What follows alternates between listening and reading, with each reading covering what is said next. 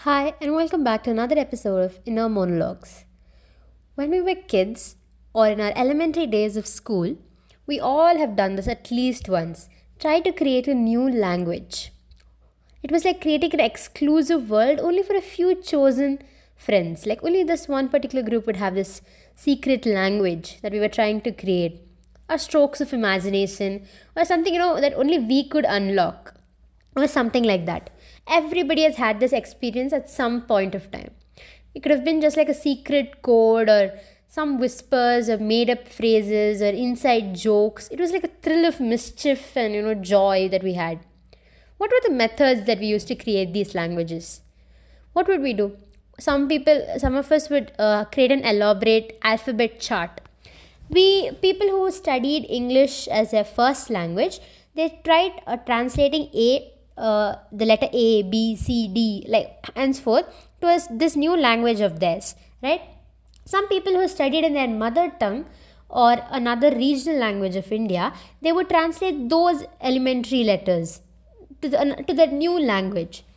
So, what I'm trying to get at this is when you're creating a new language, when we were creating, that's what we did. We were trying to either draw an elaborate chart, alphabet chart, and do translation as such, and say that the translated thing is a new language. Or we would add a random syllable like zoob or foo or za, ta, whatever. Something we had that we would add to the either starting of the word or the ending of the word to sound like we're speaking gibberish, but it was actually English with something else.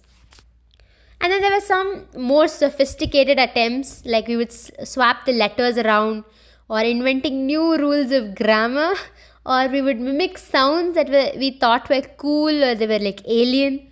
So we were linguists in the making. We decided what we wanted to do for our language. It shaped the rudimentary codes into something that we believed that was actually ours. Or you know what, making it unique for us. But now, as adults, or technically we are adults right now, even if our frontal lobe is not fully developed, what I'm trying to say is, as adults or more mature kids, if you want to create a new language now, do you think it's possible? A truly new language. It's not only difficult, it's nearly impossible. Why? Because nothing under the sun is truly new anymore. What I'm trying to talk about is languages. The first language must have been the only, we all debate over the topic that which is the first language, am I right? But or like we say this Tamil is an older language, Sanskrit is an older language, Hindi is an older language. Forget all of that debate. Whatever the oldest language was, the amount of people or the amount of knowledge, creativity, everything that must have been contributed to the language was so enormous and fundamental. It is I believe that should have been the sole basis for every other language created. Because after that, then only people would have got inspiration from it. If not copied from it by the other languages, it was heavily inspired. All the other languages that came from the first one are heavily inspired. So the first one, we don't know what it is. Some people say it's Tamil, but how do we know? So I'm saying that was the first thing. The first language was the most newest creation ever to exist, and nothing new can ever happen unless there's a race of humans that was completely uncontacted with the entire world from the dawn of civilization, or before that, from the dawn of human birth. That is impossible. There's some kind of alien contact. I mean, alien in terms for that particular race would have been there definitely. So language in all its forms, it's a product of our evolution as humans. It has grown organically through thousands and thousands of years, shaped by the culture, area, location, experiences of the people, the sound or the word that they hear. The grammatical structure that we use today has been touched by history. We do not, the English that I am conversing in now, the grammar that I am using was not what was used few decades back. Even the previous generation does not speak the English the way we speak right now. So think about it. Every sound that we create with our vocal cords has likely been part of some dialect or a tribe of the community, past or present. The way we form our sentences, whether those subject, verb, object, or verb, subject, objects like Welsh, it's a language, follows a pattern. They have already emerged in some linguistic tapestry of our humanity. So, even scripts from alphabets to syllables to pictographs, to trace their origins, it must have begun as doodles or scratches on some kind of a rock. Am I right? I mean, there's nothing about am I right? I'm just talking about my inner monologues here.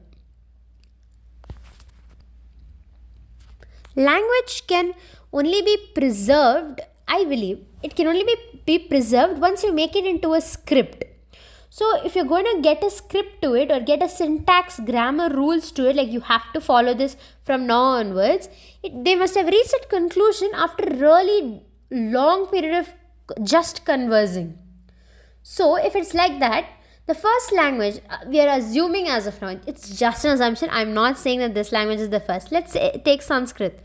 If that was the first language, they must have had conversations in it for years and years, gone through so many variations, different dialects, everything, and then reached to a particular point where someone wrote a grammar textbook, say Panini. There's a famous grammar Sanskrit textbook called written by Panini. So he must have written it after, he must have compiled the thoughts of many other people. We do not have the textbooks of the other authors, but so there must have been rich knowledge back then itself. So if you're getting a language grammatical system at one point, it is a byproduct of years and years of accumulation of that language. What I'm trying to say is, we didn't pave the road first and then walk on it. We walked, stumbled, meandered, and then the road appeared beneath our feet. That is, writing came much, much later. For centuries, language must have existed purely as just a spoken phenomenon, like from one person to another, one generation to another. Writing was an innovation by itself. It must have been born out of a need to preserve those beautiful sounds that we made through our vocal cords. Even writing didn't emerge fully formed, right? We have studied about pictographs, the Egyptian hieroglyphs. I'm sorry if I'm pronouncing it wrong. I learnt it by reading, not talking. Symbols are things that carried more abstract meanings, you can say. We don't know what it actually meant. So eventually, alphabets emerged, breaking down the sounds that we speak into letters, allowing us to write anything that we could say. Even if you take the evolution of alphabets, how did they come up with the idea that the letter A or the sound that we make should be written that way, or oo should be written this way in a regional dialect? So when we sit down today and we are going to say, like, I'm going to create a new language from scratch, a language with its own script, syntax, phonetics, we are faced with an ultimate paradox. On one hand, we have infinite possibilities. On the other hand, we have to bear the weight of such a rich linguistic history already present in this world. I have a question for you guys, whoever listening. If you know me, DM me, or else you can email this podcast or leave a comment. Now, if you're wondering, you guys are wondering, does this podcast have an email? Yes, we do. We do have a email ID. It's basically, if you don't want to email us, it's okay. You can actually, I'll reveal the email at the end because I don't remember it. You can DM us on Instagram, which is Inner Monologues is same. It goes by the same name, so you can DM us there. So my question for you guys is: do you think we can preserve a language only by making a script out of it so that it can be passed on to the next generation, or do you think we can do it without a script? There's a fun fact. There's this language called Nierep, which is a Mambiloid language. It's spoken in Adamawa region of the Cameroon. Only 6 people in this entire world speak that language. It's almost extinct. Only with a few people who still speak it. As I said, 6 people. And they can also, I don't think they can speak it regularly because there are only six people in the entire world for them to speak. And they might not be able to speak to others who already know it because they wouldn't be fluent enough in it. So it's a completely a different thing. Languages are something very crucial to human being because we're social beings. Any sound that we make in a new language will remind someone of an existing language. Any grammar rule we invent from now onwards will resemble a structure found somewhere else. Any script that we design will inevitably echo the curves or the lines or something crucial of some other language that has already come up before. But perhaps, like, the impossibility of creating something wholly new isn't like a limitation. Maybe it's like a proof or something to show the interconnectedness of all of us. Maybe that's possible, but we don't know.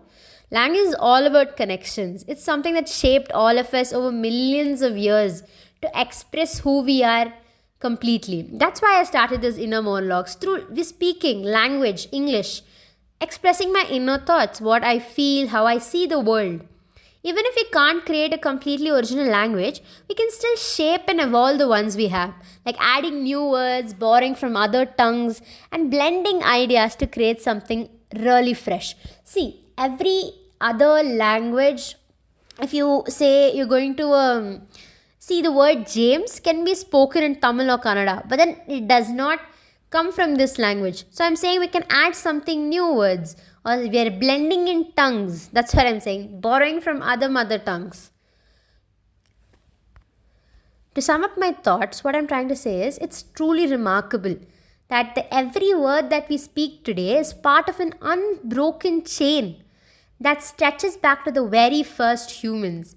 The grunts or the gestures or any part of any sounds that we created eventually became languages like Tamil, Sanskrit, Latin, Greek. All those languages in turn gave rise to the languages that we speak now. Even in the modern forms, languages continue to evolve, right? New words are made. Was the word frat party or lol or what do I say? Any other word? I would have lost a word suddenly. Any of the words that we use in our texting was not present before. So new words are invented, old ones fade away, meanings of everything shift over a time. English, for example, is a melting pot of all influences.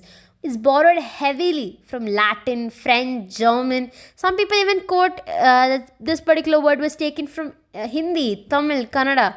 We never know. It's always a possibility. It's a reminder. What I'm trying to say at this point is that language is never static.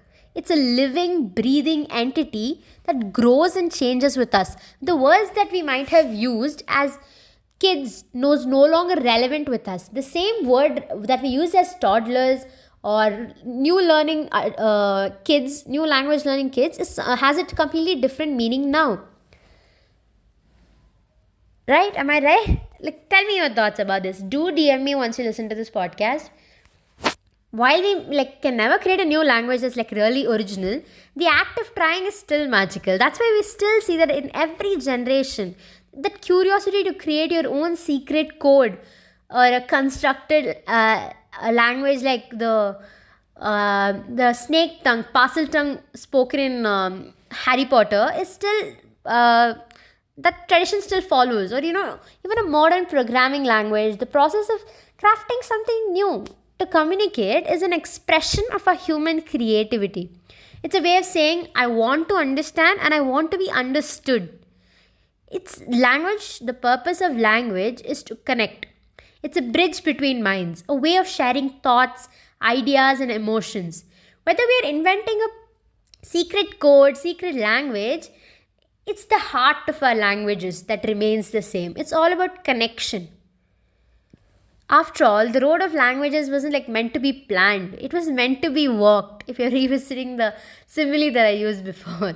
As we walk it, we are leaving behind our own ideas, our own marks, as we say. Our contributions to this tapestry of human communication is huge. Everything that we speak, write, imagine is part of our journey. It may not be completely original, I agree, but it's ours. It's what makes us. I can speak English with a hint of Tamil, and that's what who I am is. I can speak Tamil with Kannada influence in it or speak Kannada with Telugu influence. But that does not make me alien to Kannada or make me alien to Telugu. We are using both those ideas to create something that's unique to us. It is shaped by our experiences, our history, and that's what makes languages extraordinary. So, next time you see someone creating a new language, or you are aroused by the thought that, oh, this word is something I've heard somewhere else, you will remember that the act of creation is still uniquely human and nothing under the sun is new. Thank you so much for listening to this huge, long podcast about languages and me just talking uncoherent points, maybe. If you want to leave a feedback, do DM me. And this, if it feels scripted, it was not. I'm just trying to evolve my way of speaking without writing down my points. Please tell me how you felt this time. Thank you so much for listening.